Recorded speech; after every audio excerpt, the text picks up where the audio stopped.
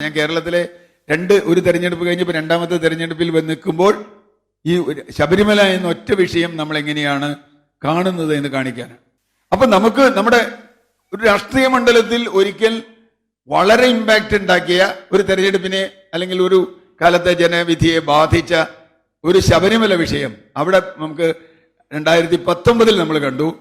എന്നാൽ ഒരു ഭരണകൂടം എന്ന നിലയ്ക്ക് അതിനേക്കാളൊക്കെ നിർണായകമായി ചെയ്യേണ്ട ഒരു കാര്യമാണ് മനുഷ്യന്റെ ജീവനും സ്വത്തും സംരക്ഷിക്കുക എന്നത്. നമ്മൾ എഴുതി വച്ചിട്ടുള്ളതാണ് ലൈഫ് ആൻഡ് പ്രോപ്പർട്ടി സംരക്ഷണം.